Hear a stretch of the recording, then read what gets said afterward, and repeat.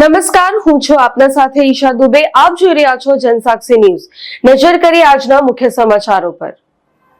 દક્ષિણ ગુજરાત વીજ કંપની દ્વારા ડિસેમ્બર મહિનાને એનર્જી કન્ઝર્વેશન મંથ તરીકે ઉજવવામાં આવે છે. સાથે જ સેફટી મંથ તરીકે પણ ઉજવણી કરાય છે.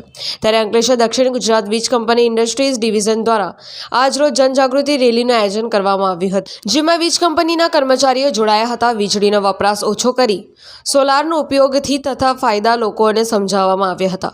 સાથે જ વીજ વપરાશ દરમિયાન રાખવાની સાવચેતી અંગે પણ જાગૃતિ લાવવાનો પ્રયાસ કરવામાં આવ્યો હતો. આ રેલી અંકલેશ્વર JIDCના વિવિધ વિસ્તારોમાં ફરી હતી.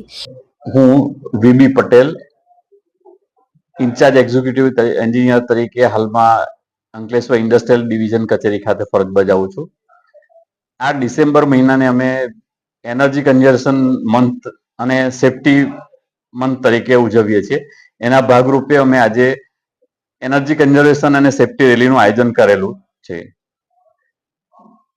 એનો મુખ્ય ઉદ્દેશ લોકોમાં સલામતી અને એનર્જી કન્ઝર્વેશન વિશેની જાગૃતિ ફેલાવવાનો છે.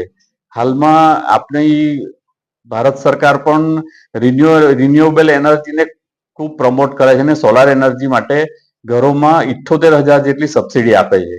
તો તેનો લોકો મહત્તમ લાભ લે અને એની વિશે લોકોમાં જાગૃતિ ફેલાય એ માટે આ રેલીનું અમે આયોજન કર્યું છે.